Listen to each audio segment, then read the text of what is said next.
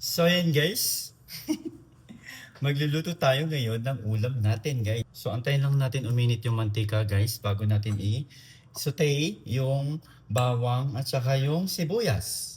Lagyan na natin yung bawang at saka sibuyas. Mauna muna yung bawang.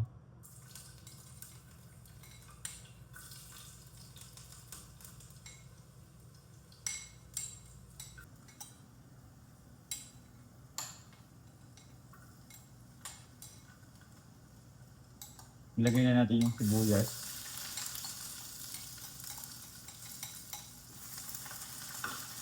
Wow. Sibuyas pa lang, mabango na.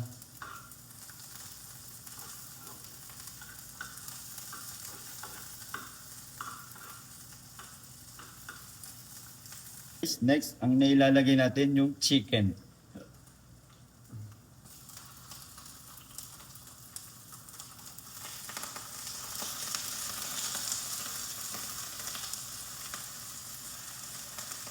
Marunong ka ba magluto? Siyempre, huwag kalimutan lagyan ng Maggi cubes. Lagyan natin ng isang Maggi cube.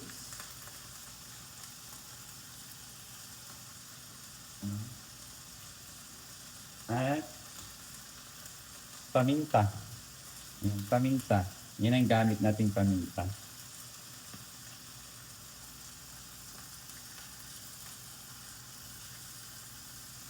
Damihan mo ng paminta. Damihan mo ng paminta. Pamintang durog. Ayan. Then, stir na ulit. Ngayon ko naman kung hindi pa ito masarap.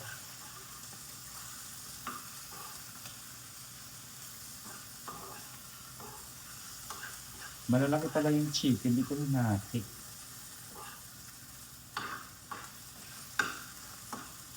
Stir lang guys hanggang lumabas yung katas. Aray ko. Natalsikan pa yung mata ko. Antayin natin maano siya, masunog. Antayin natin masunog bago natin i-stir. Lang tiyan ko lumalaki oh. Then lalagyan natin yung toyo. Lagyan natin ng toyo.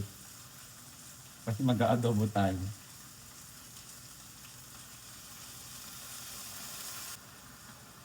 Ayan. Toyo.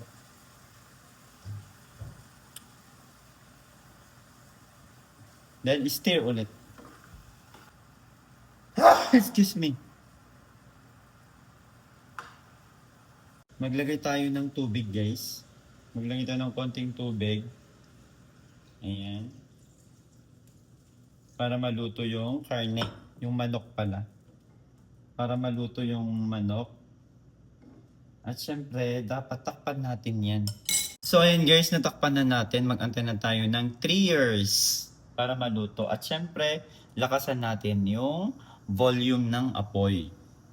At hayaan lang natin siyang maluto. Okay?